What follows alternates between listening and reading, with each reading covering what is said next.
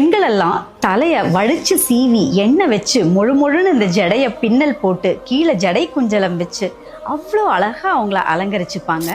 ஒவ்வொரு செட்டிநாடு அரண்மனையிலையுமே நகைகள் செய்யறதுக்காகவே தனியா ஒரு ரூமே வச்சிருந்தாங்களாம். அதுக்கு பேரு தங்க அறை.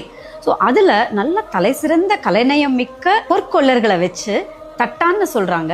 ஸோ அவங்கள வச்சுதான் அந்த குடும்பத்தோட பாரம்பரியத்துக்கு தகுந்த மாதிரி அவங்களுக்குன்னே ஒரு ஐடென்டிட்டி கிரியேட் பண்ற மாதிரி பல வித நகைகளை அவங்க வடிவமைச்சிருக்காங்க. ஸோ இவங்க ஃபாரின் ட்ரேட்ல இருந்து கொண்டு வந்த நிறைய ஜெம் ஸ்டோன்ஸ், மரகதங்கள், மாணிக்கங்கள், முத்து, பவளம் இதை எல்லாமே வச்சு தே பிளேட் அரவுண்ட்.